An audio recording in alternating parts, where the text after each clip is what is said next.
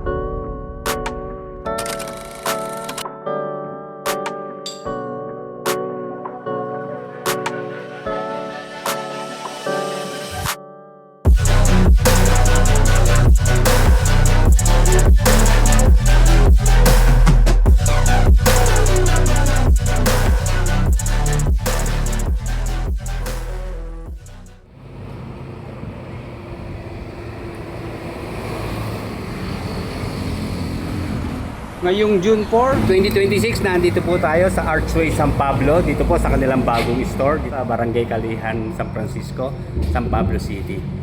At halos katapatan lang po ng Max Restaurant. Panguulan na. Okay, ang dami ho nilang bagong units ngayon. Siguro gawan natin ng price update saka unit update. Maya lang, unahin lang po natin yung pag-review nitong bagong labas po na motor ng CF Moto na Aura 150. Honestly speaking mga ka-riders, yung una natin nakita to ay napaisip ako kung sino ba talaga ang kamukha niya. Meron po siyang kamukha na karakter sa isang pelikula mga ka-riders. Sige, bigyan ko kayo ng mga ilang segundo para hulaan.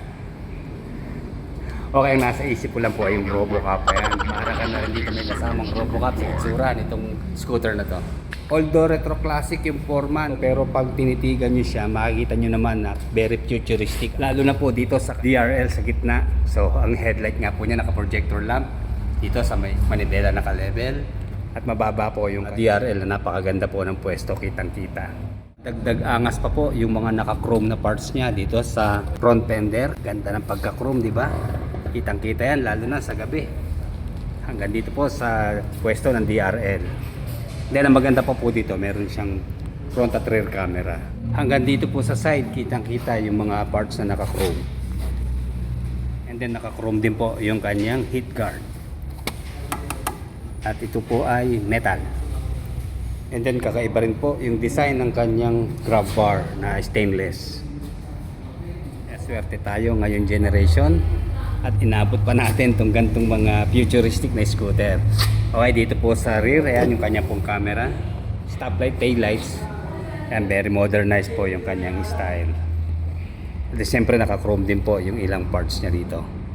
And then ang turning signals naman po, ayan maganda, pa-vertical yung pwesto.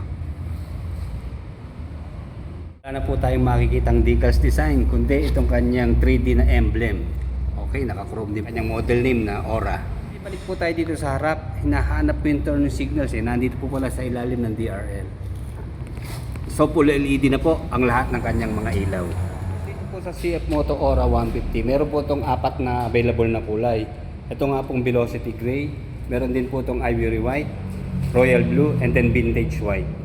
And then dito po sa front tire, may size po ito na 110 by 70 by 12. And then Yosun tire na tubeless. At isa po sa magandang features ng Aura 150, meron po itong tire pressure monitoring system or yung TPMS. And then pagdating po sa mag wheels, napaka-premium lalo na ng kulay. May pagka silver gray.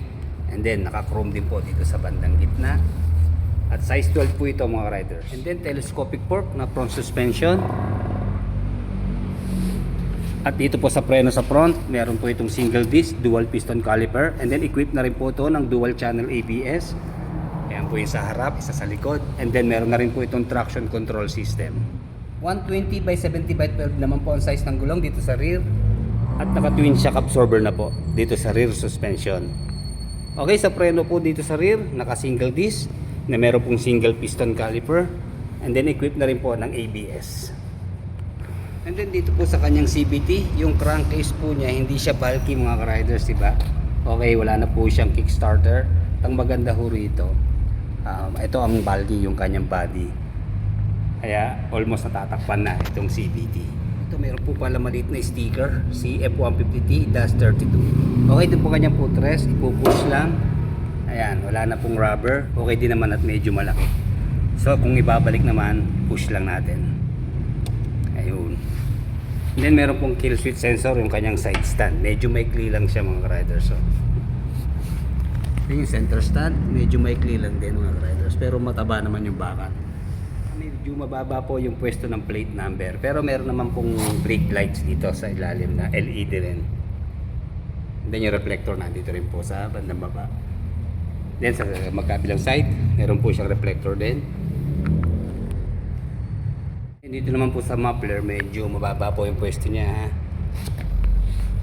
Then hindi po siya perfect round shape at medyo bulky din. And then meron po itong 800 ml na engine oil capacity. Medyo malalim nga lang po yung pwesto.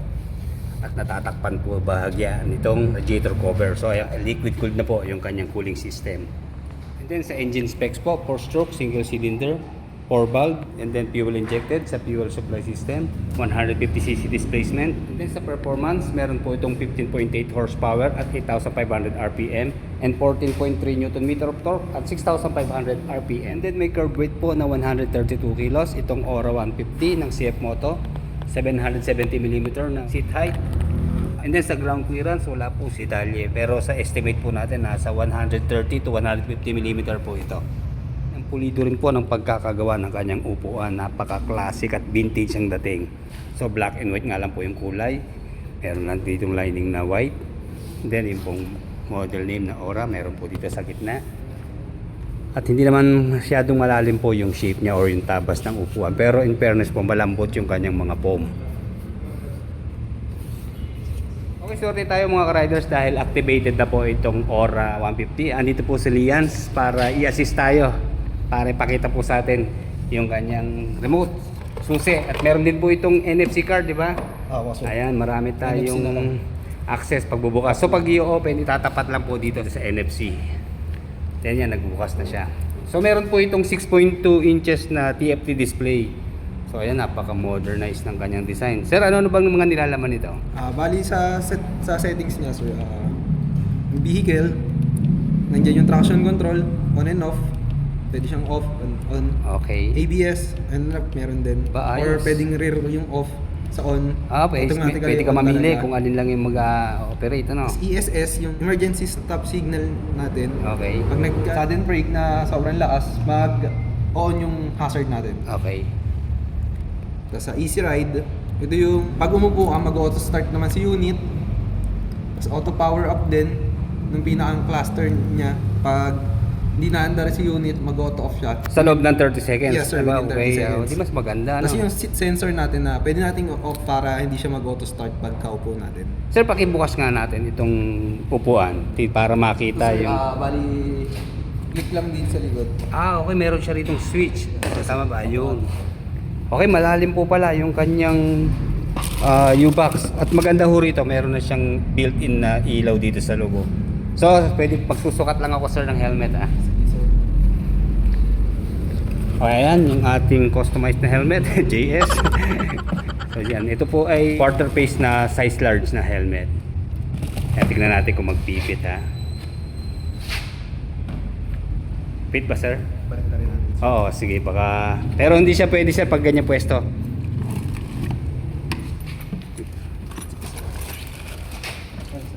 Sige, sige.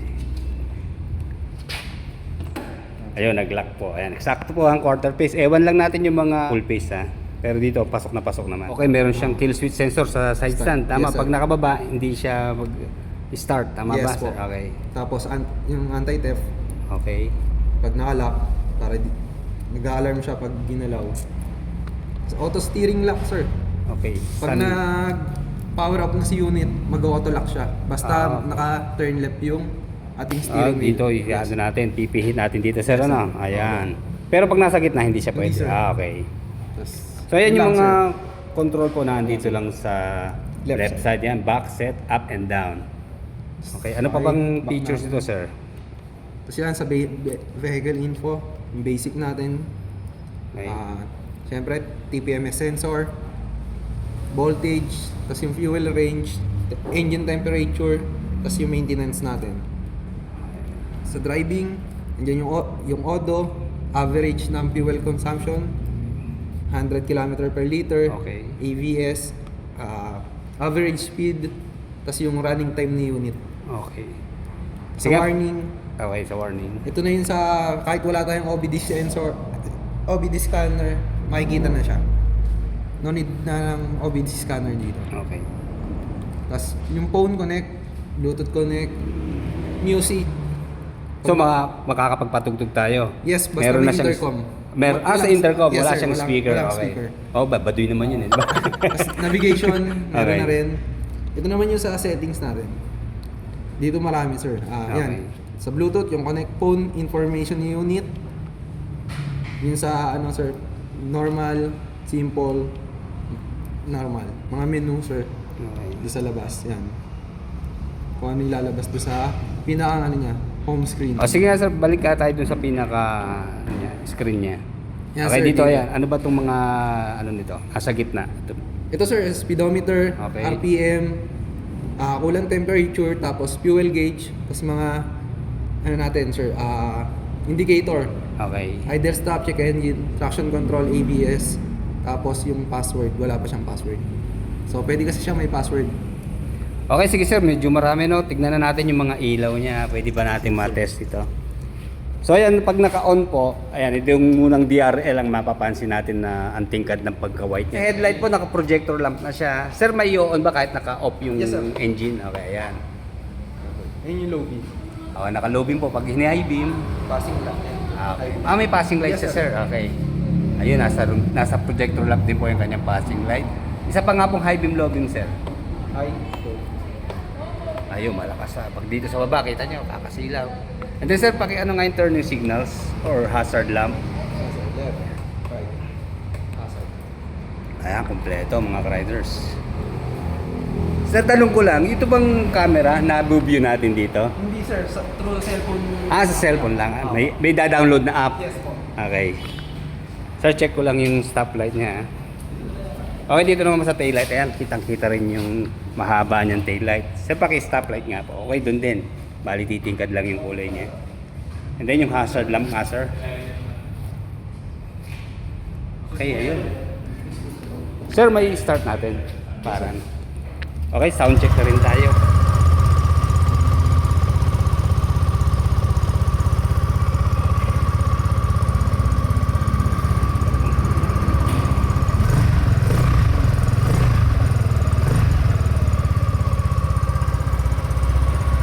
Ayos. And then sa busina, sir. Matinis yung kanyang busina.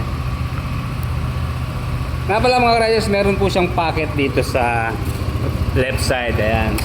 Sakto naman dito ang ating cellphone. Po sa pocket ng Aura 150. Nandito sa bandang taas po yung charging port. Bali, dalawa po yan mga riders. Isang type A at type C. So ayan, tamang-tama. Pag mag-charge tayo, lalo tumuulan, hindi mababasa at hindi rin mahuhulog. Sa mga switches and buttons, dito po yung kanyang horn, and then dito po yung turning signals, high beam, low beam sign, and then yung control nga po dito sa instrument panel, and then dito po sa kabila meron po siyang idling stop or stop and start system, hazard lamp, and then yung pong electric starter push button. Sir, yung kill switch sensor niya, paano po ba nag-ooperate? Sir, dalawa kasi yan. Pag naka-on yung idle stop natin, pag binaba natin si side stand, mamamatay si unit. Okay. Pero pag naka-on naman naka-off si idle stop, kahit baba natin yung side stand, hindi siya mamamatay. Okay. Tapos mag-i-limit yung takbo niya. Yan, sir. Tapos may lalabas na please retract side stand. Sir. Ayun. Okay mga riders, kanina ko pa hinahanap yung kanyang ignition. Wala po palang nakalagay. So talagang ang nagdadala sa kanya itong kanyang NFC card. So itong susi naman po ay para dito sa upuan. So ayun na mga riders ha. High tech na talaga. Wala na tayong po problemahing remote control at ignition na masisira dahil eto na. At meron po itong utility hook dito sa gitna. Ayan. dito po nakapwesto yung kanyang fuel tank. So ito po ay electronically operated. So hindi po yan magbubukas kapag nakabukas yung ating engine. So ito pag halimbawa patay, ayan, meron po itong fuel consumption na nasa 40 kilometers per 1 liter. 8 liters naman po ang full tank at kaya po nito hanggang 110 kilometers per hour sa top speed. Yes sir, bali ito yung special features niya, isa. Hindi niyo na kailangan gamitin tong button na start button natin. Bali pag umupo tayo, tinaas natin yung side stand, auto start. Okay.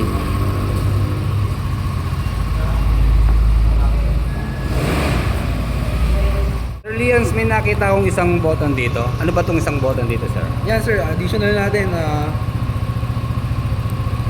heated grips. Low, mid, high. Pag pula, naka-high.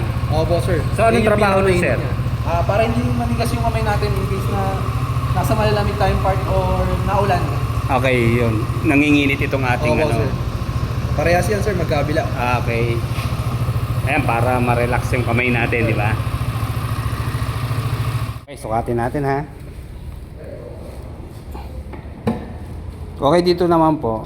Ayan, ilalapat pa natin yung ating dalawang paa. So tayo po ay 5'8". Ang seat height po nito nasa 770 mm, 150 mm na ground clearance.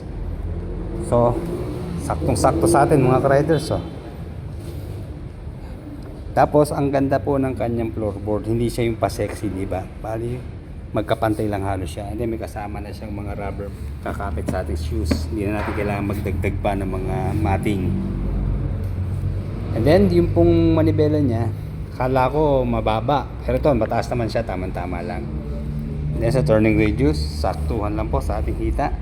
May konti pang allowance, mga ano siguro, half inch. Hanggang dito sa kabila, siyempre pareho lang po yan. Then medyo malapad po yung kanyang manibela. Testingin po natin yung kanyang front brake. Okay, maganda yung preno. Malakas pero hindi masakit sa kamay. Smooth na smooth. Okay, dito naman po sa front brake. Malakas din po yung preno. And then panalo po sa kanyang suspension. Lambot mga riders. Although tago po yung kanyang suspension ha, pero ito very responsive naman.